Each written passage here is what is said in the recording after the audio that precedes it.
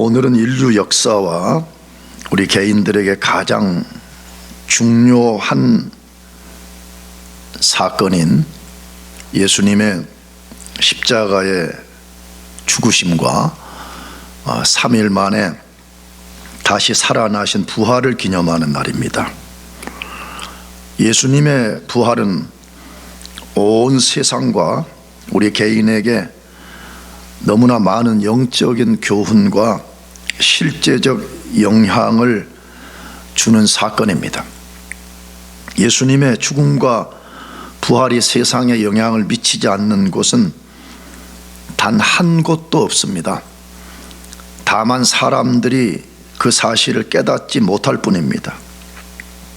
그 많은 영적인 교훈과 우리 자신들에게 실제적으로 영향을 준 내용들을 이 짧은 설교로 다 다룰 수가 없습니다. 또 아무리 많은 시간을 할애받는다고 할지라도 다 설명할 수도 없습니다.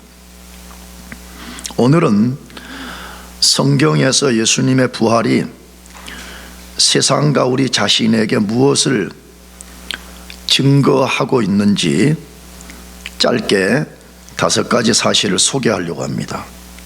첫째로는 예수님이 구약과 자신이 말씀한 것을 성취하셨다는 것을 증거하고 있습니다.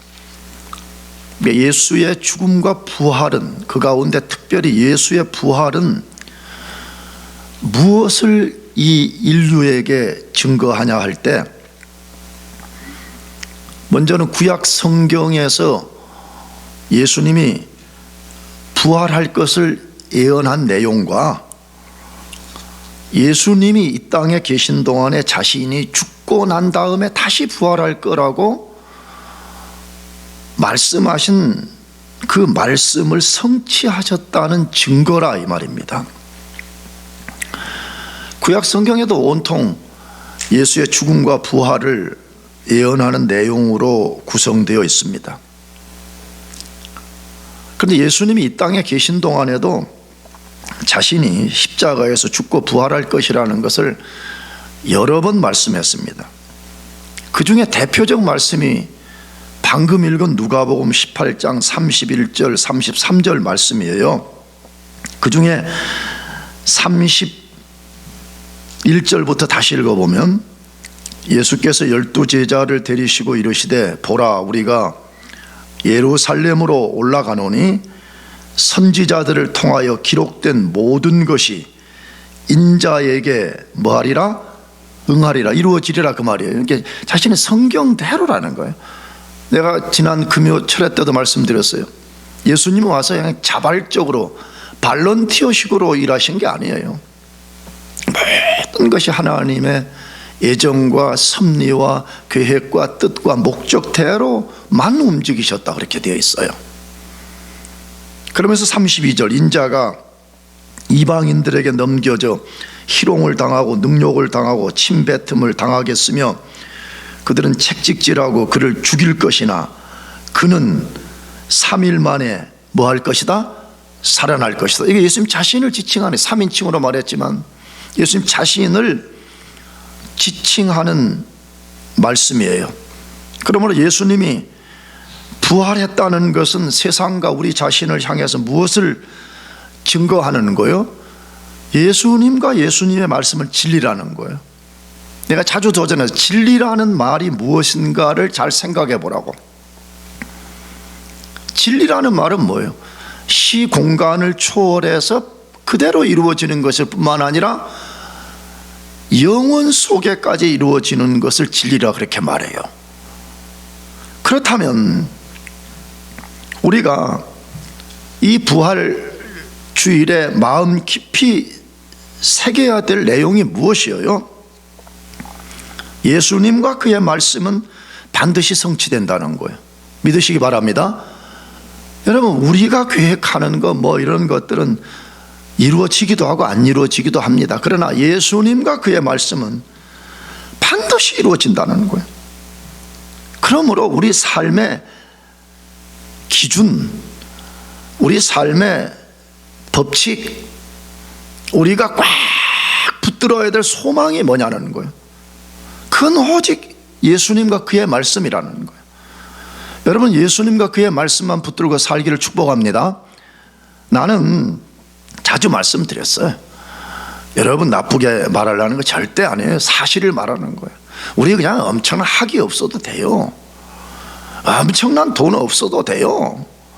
세상에서 엄청난 자리 없어도 돼요. 예수만 있으면 돼요. 믿습니까? 예수의 말씀만 있으면 됩니다. 아멘. 그것만 우리가 붙잡는다 그러면 우리는 남극에 가서 살아도 되고 북극에 가서 살아도 되고 저 잊혀진 산골짜기에 가서 살아도 되고. 왜? 반드시 그 말씀대로 이루어지기 때문에 그러는 것이에요. 그래서 이 부활의 아침에 그거 배워내요. 종교인으로 살지 말고 교회만 왔다 갔다 하는 종교인이 아니라 내가 종교적으로는 좀 뭔가 서툴러도 나는 예수님과 그의 말씀만 붙들고 살겠다는 거, 그거 배워내시기를 축복합니다. 두 번째, 부활은 도대체 무엇을 증거하냐 하는 것입니다. 예수님이 신적 속성을 소유한 하나님의 아들이신 것을 증거한 것입니다. 이 부활 사건이 뭐요? 그렇게 말하면 예수가 도대체 누군가를 알려준다 그 말이죠. 예수님은 누구라는 거예요? 신의 속성을 가진 하나님의 아들, 다른 말로 하면 그분이 하나님이라는 거예요. 아멘. 성부와 성자와 성령 삼위일체 하나님 중에 그분은 제2 위격을 가지신 하나님이신 것을 증거했다 그 말이에요. 여러분, 만일 말이에요, 이건 전제를 두는 거예요. 예수님이 진짜 하나님의 아들이 맞다 그러면 이 인류의 모든 사람과 우리 자신들이 예수님에 대한 올바른 태도를 갖지 않으면 안 된다는 거예요. 만일에 그분이 하나님의 아들이 아니라 그러면 그럴 필요가 없어요. 그건 말 그대로 우리가 저 그리스도들이 말하는 것처럼 우리가 종교라는 망령에 사로잡혀 가지고 우리가 지금 속임당하는 것에 불과한 거잖아요. 근데 예수님이 진짜 하나님의 아들이 맞다면 우리 자신은 말할 것도 없고 온 세상 사람들이 예수님에 대해서 어떤 태도를 가져야 될 것인가를 증거하는 사건이에요.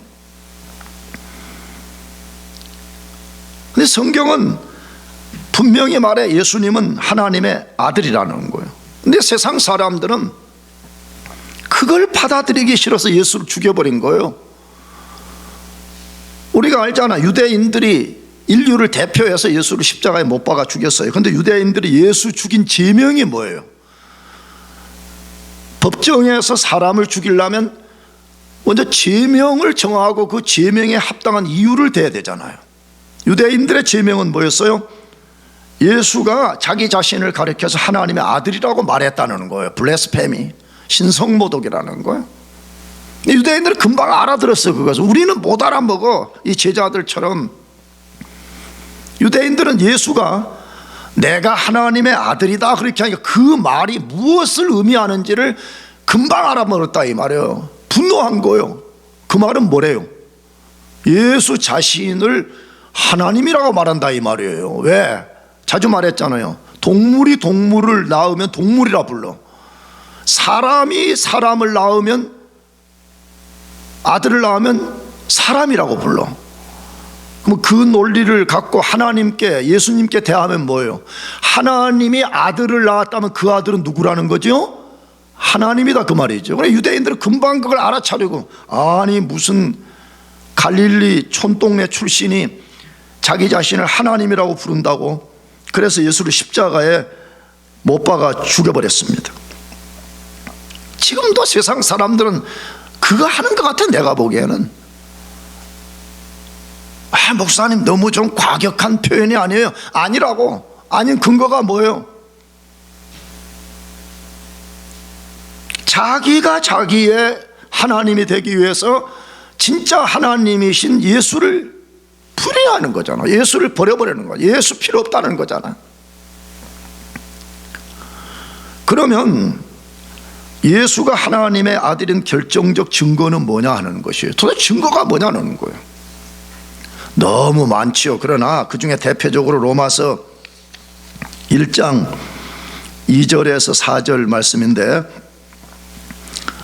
잘 읽으면서 관찰해 보시기 바랍니다. 우리 기독교인들의 사활을 거는 거, 아니 인류 모두에게 사활을 거는 내용을 소개한 거죠. 복음이 뭔가, 뭘 소개한 거라고요? 복음이라는 게 진짜 뭐냐는 게, 복음이라는 건 자꾸 우리는 그냥 부자 되는 것, 자기 욕망을 성취하는 걸 복음이라 그렇게 여긴다. 그래서 성경은 복음을 그런 거라고 말하지 않아. 돈 잘 버는 것 같으면 예수 안 믿는 사람도 많이 잘 벌잖아. 공부 잘해가지고 높은 자리에 올라가는 것 같으면 꼭 그리스도인이 아닌 사람도 잘하는 사람들이 많이 있잖아요. 잘하는 학교들이 많이 있지 않아요. 그러면 사활적으로 중요한 복음이 뭐래요? 그 7가지를 소개하는데 읽어봅시다. 같이 시작. 이 복음은 하나님이 선지자들을 통하여 그의 아들에 관하여 성경에 미리 약속하신 거라. 그의 아들에 관하여 말하면 육신으로는 다윗의 혈통에서 나셨고 성결의 영으로는 죽은 자들 가운데서 부활하사 능력으로 하나님의 아들로 선포되셨으니 곧 우리 주 예수 그리스도시니라. 성경에서 복음을 이렇게 정의 내려서 가장 잘 소개한 것이 고린도전서 15장 1절에서 4절, 그리고 지금 읽은 이 말씀이에요. 근데 이 말씀 속에는 복음이 뭐요? 그렇게 말하면 복음은 7가지의 의미를 갖고 있다는 거예요. 7가지 내용을 갖고 있다 그렇게 말하는 거죠. 근데 그 중에 7번째 해당하는 내용을 4절에서 말씀했는데 다시 읽으면 이렇게 되어 있어요. 성결의 영으로는 죽은 자 가운데서 부활하여 능력으로 하나님의 아들로 인정되셨으니 라고 되어 있습니다.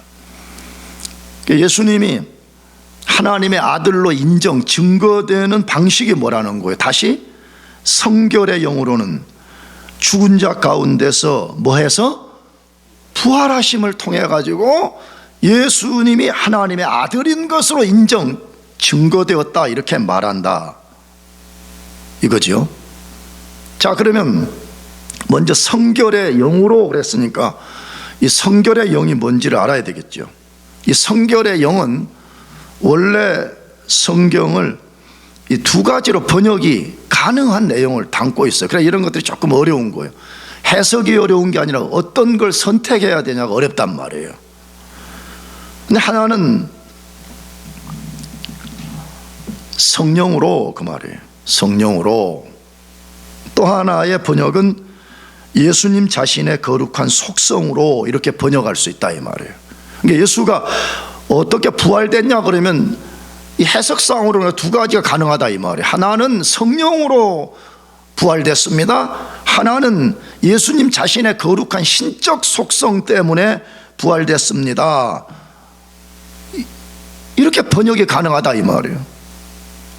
근데 넓게는 이 둘 다 가능한 이야기예요. 다른 성경의 빛에 근거하면. 그러나 이 로마서 문맥에 근거하게 되면 2번째 해석이 더 타당하다는 생각이 들어요.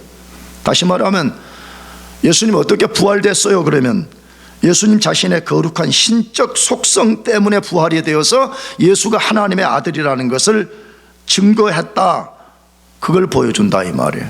그러면 도대체 이 사건이 왜 예수님이 하나님의 아들인 것을 증거하냐 이 말이에요. 예수님이 신적 속성 가졌다는, 무슨 속성?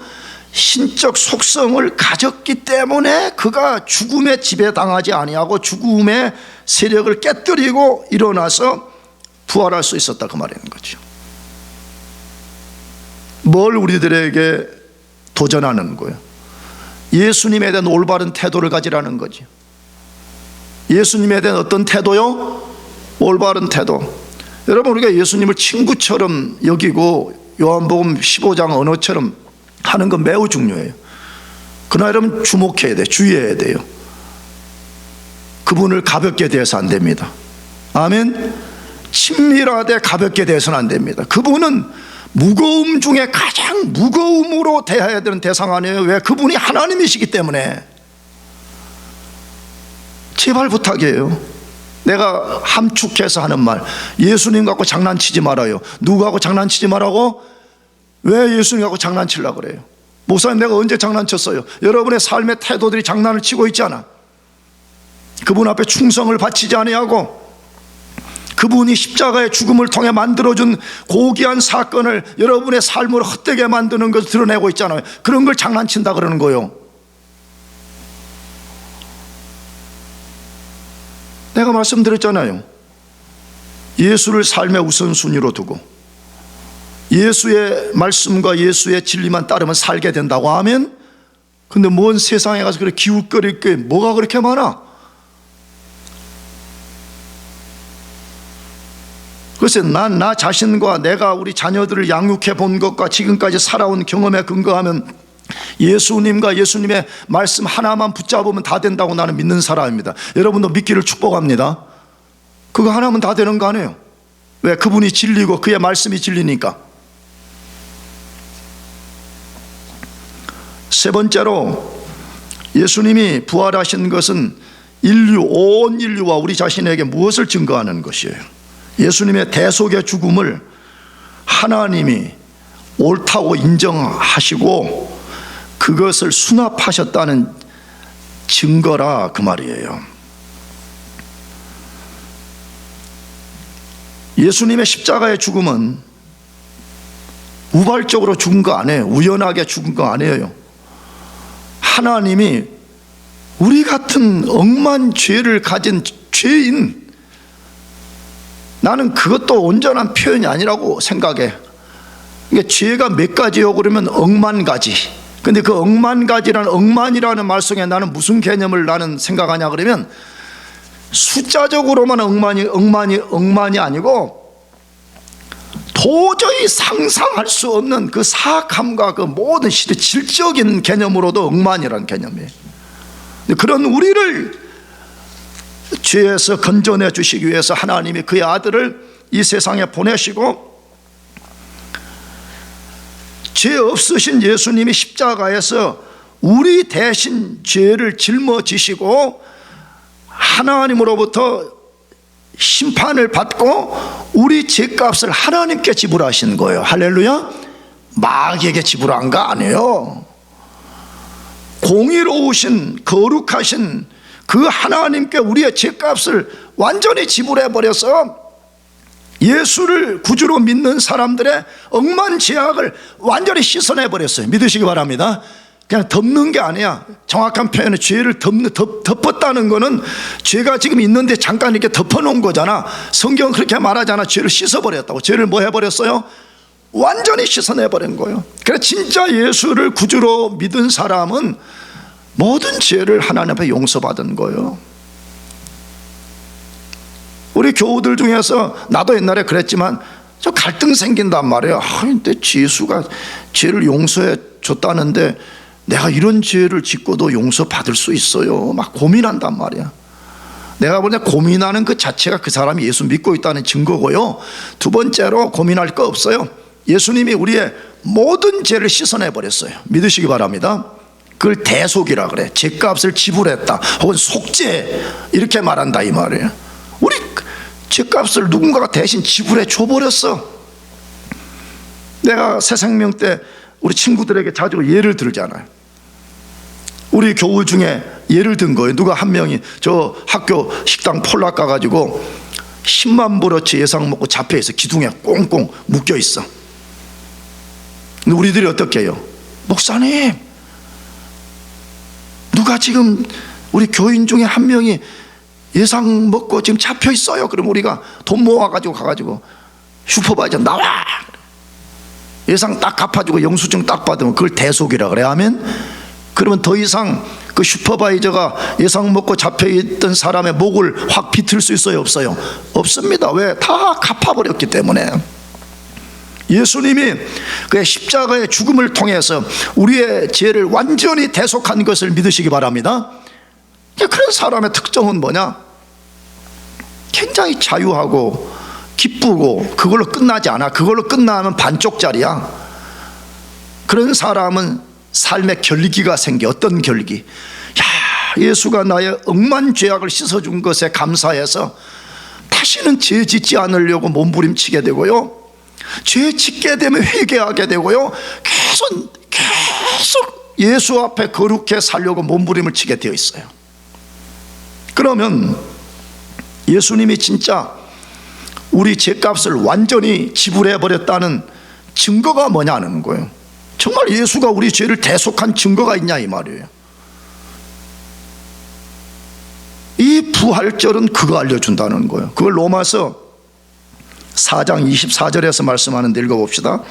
같이 시작. 의로 여기심을 받을 우리도 이함이니 곧 예수 우리 주를 죽은 자 가운데 살리신 이를 믿는 자니라. 자, 이 말씀의 문맥은 우리가 어떻게 의롭게 되냐라고 말할 때에 의롭게 되는 방식 중에 하나가 예수를 살리신 하나님을 믿으면 너희는 의롭게 된다, 그걸 다루는 말씀이에요. 근데 그 내용 중에 성부 하나님이 성자 예수님을 살려냈다는 거예요. 왜 살려낸 거예요? 다른 로마서나 다른 성경에 연결해서 보게 되면 예수의 십자가의 죽음의 행위가 옳았다는 거예요.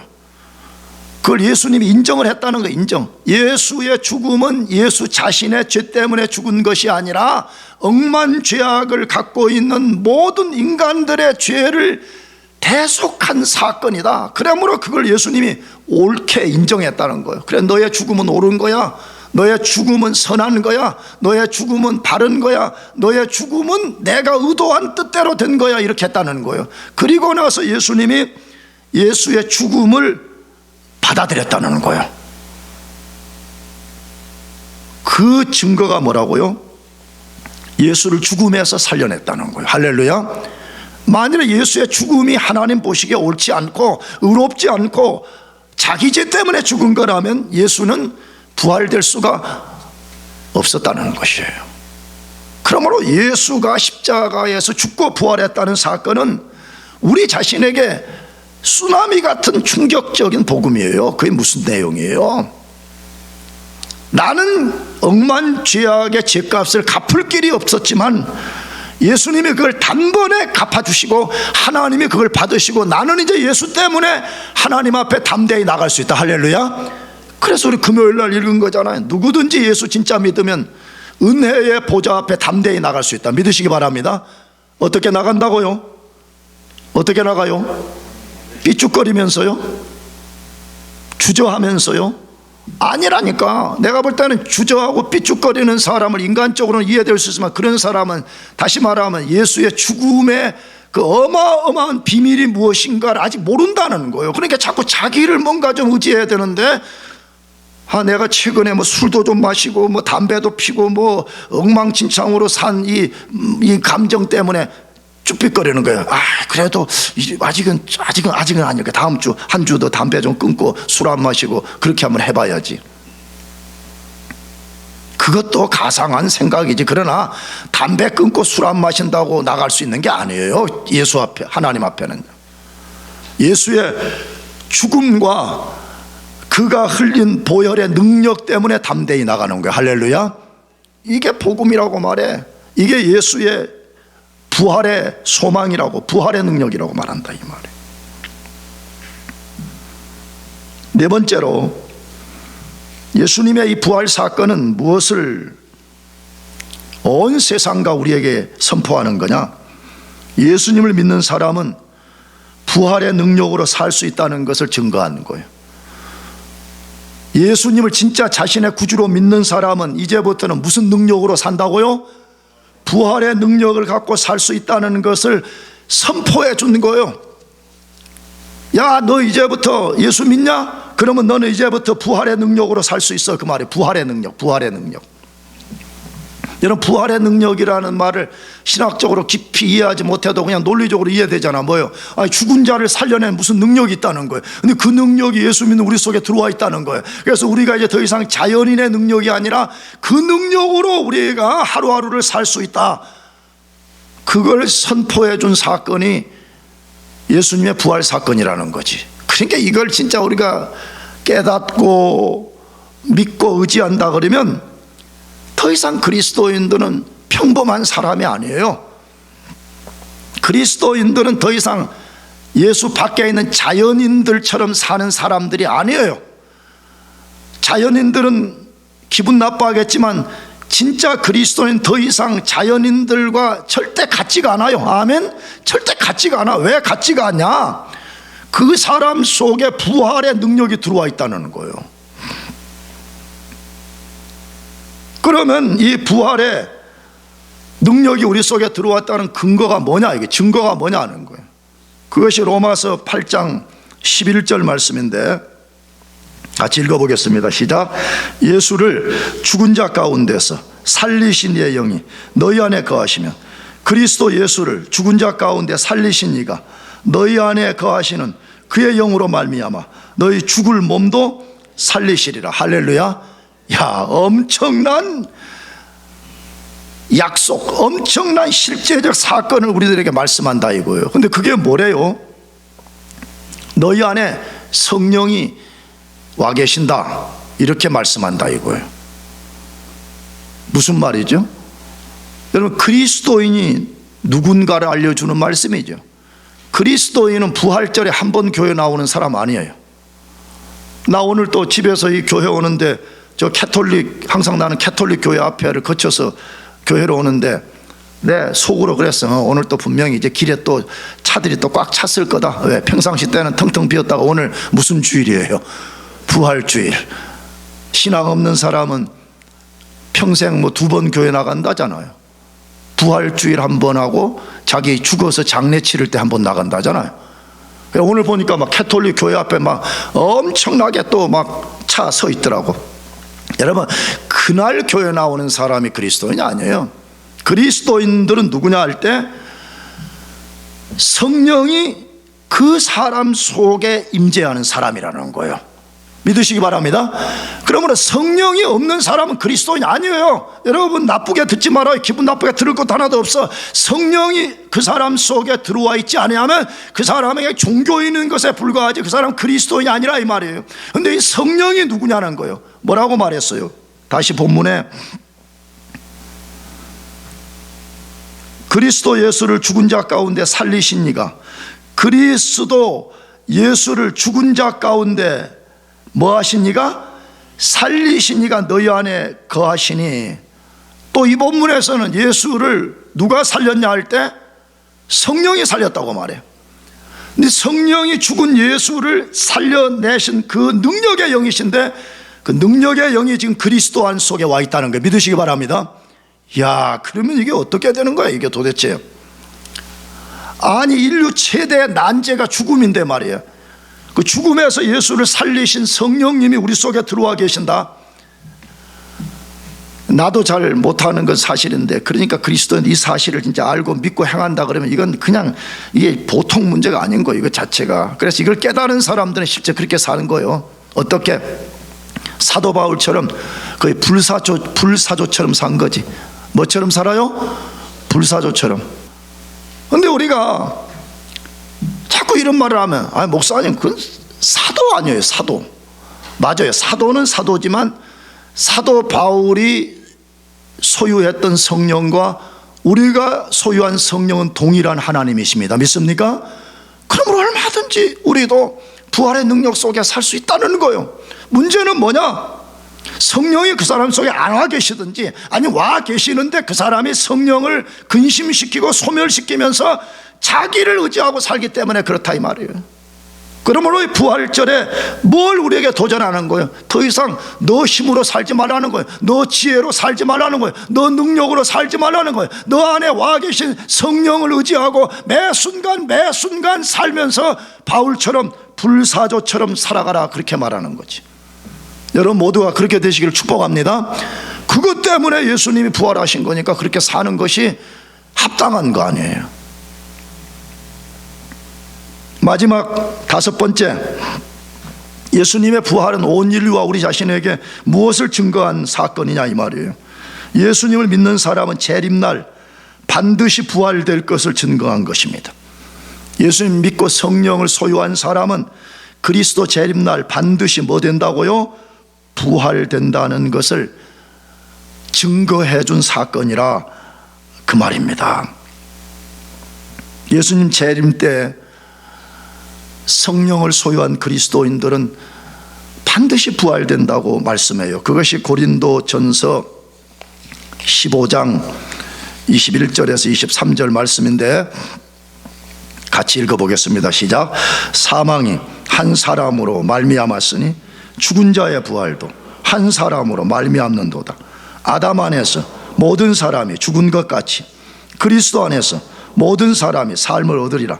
그러나 각각 자기 차례대로 되리니 먼저는 첫 열매인 그리스도요, 다음에는 그가 강림하실 때 그리스도에게 속한 자요. 할렐루야. 참 엄청난 실제적 사건을 알려줄 뿐만 아니라 앞으로 우리에게 어떤 일이 벌어질 것인가를 알려준 말씀이잖아요. 그런데 인류의 가장 큰 사건 두 가지를 대비해서 알려줬죠. 하나는 뭐죠? 사망이 어떻게 이 세상에 들어왔냐는 거예요. 인간의 최대 난제인 죽음이 어떻게 이 세상 속에 들어왔냐 할 때 한 사람으로 말미암았다. 그 한 사람은 누구래요? 아담이라고 말하지.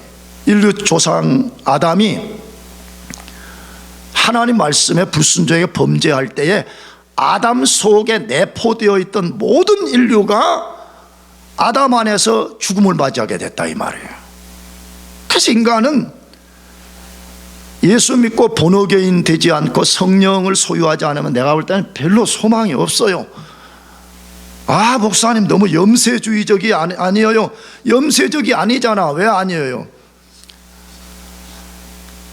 60, 70, 80 먹고 살다가 죽고 나면 멸절, 소멸, 없어져 버린다 그러면 사실은 그나마 괜찮아. 세상 사람들은 그걸 믿고 있거든요. 멸절설을 믿고 있거든요. 근데 성경은 아니라고 말해요.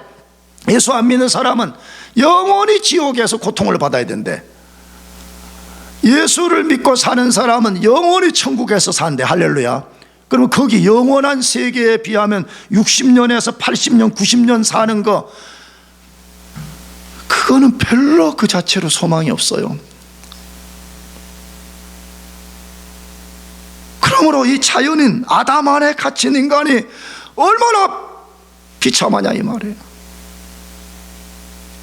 근데 이 아담 안에 갇힌 인간이 아담 안에서 벗어날 수 있는 유일한 방식이 하나 있는데 그건 또 다른 한 사람, 다시 말하면 아담과 아무 관계가 없는 그리스도가 이 세상에 오셔서 그리스도를 믿으면 그리스도 안에 사는 사람은 더 이상 첫사람 아담으로 말미암는 죽음이 그를 지배할 수 없다. 할렐루야. 죽음이 지배할 수 없을 뿐만 아니라 그리스도가 재림하는 날에 그 사람이 반드시 부활된다는 거예요. 근데 어떤 방식으로 부활된대요? 23절에 뭐라 그랬어요? 그러나 각각 자기 차례대로 되리니, 그렇게 돼 있어요. 뭐대로 된다고요? 차례대로, 뒤죽박죽 이렇게 아니고 차례대로, 순서대로 된다. 근데 제일 첫 번째 차례는 뭐래요? 첫 열매인 그리스도요, 그렇게 말했습니다. 그래서 실제 그리스도가 부활하시고 본보여 준 거죠. 내 안에 있는 너희들도 언젠가 나처럼 부활될 거다, 이거 알려주는 거죠. 그 다음 뭐라 그랬어요? 그 다음에 그가 강림하실 때 그리스도에게 속한 자요, 그렇게 되어 있습니다. 그리스도를 구주로 믿고 그리스도 안에 있는 모든 사람들은 그날 반드시 부활된다는 거예요. 그럼 부활된다는 증거가 뭐요? 그렇게 말하면 우리는 짧게 두 가지만 들 수 있어요. 하나는 예수가 부활됐다는 거예요. 누가 부활돼요? 예수님이 부활됨이 가장 큰 증거라 이 말이에요. 두 번째는 뭐예요? 성령이 우리 안에 인을 치고 있다는 거예요. 에베소서 1장에 보면 우리에게 탁 도장을 찔러서 씨를 찔러서 개런티하고 있어. 왜? 마지막 그리스도 재림 날에 혹시 너가 저 산속에 잊혀진 가운데 동굴 속에 있더라도 너는 반드시 콜링 받고 부활받는다는 거예요. 너 비행기 타고 가다 비행기가 추락해가지고 태평양에서 떨어져가지고 상어가 너를 뜯어먹어가지고 상어가 너를 배설물로 만들었냐? 그래도 너는 부름받을 거라는 거. 아멘? 왜? 주님은 무에서 유를 창조하셨고 상어가 뜯어먹은 내 몸의 시체의 배설물이 여전히 남아있는 거잖아요. 배설물로 남아있는 거잖아요. 원재료가 남아있는 거잖아. 그래서 우리는 반드시 다시 부활된다라고 예수님이 선언해 주는 거예요. 믿읍시다 하면 이걸 믿는 거예요. 이게 그리스도인들의 소망인 거죠. 그리스도인들의 소망이 뭐예요 도대체? 난 여러분들을 이 세상의 타계주의자, 염세주의자로 살라고 지금 도전하는 게 아니에요. 다시 말하면 더 중요한 거, 더 소망을 둬야 되는 거, 더 우리가 붙잡아야 되는 게 뭔지를 말하고 싶어서 이렇게 하는 거예요.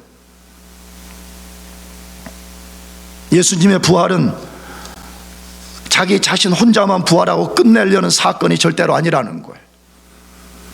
오늘 예수 믿는 우리 모두에 대한 소망을 알려주고, 나가서 예수 모르는 이 세상 사람들도 그 사실을 알고 예수 믿고 우리와 같이 소망 중에 살라는 주님의 도전인 것이에요. 사랑하는 교회 여러분, 예수님이 엄청난 역사를 일으키고 그걸 복음이라는 굿뉴스로 우리에게 주셨잖아요. 그러므로 이 말씀을 진짜 꼭 믿읍시다 하면, 꼭 이 사건을 꼭 나의 사건으로 삼읍시다 하면, 그래서 우리가 성령의 능력, 부활의 능력으로 남은 생애를 살다가 그리스도 재림날에 영광스러운 모습들로 부활되어서 영원히 주 앞에서 주를 찬양하고 경배하고 예배하고 높이고 그렇게 살기를 축복합니다. 기도하겠습니다.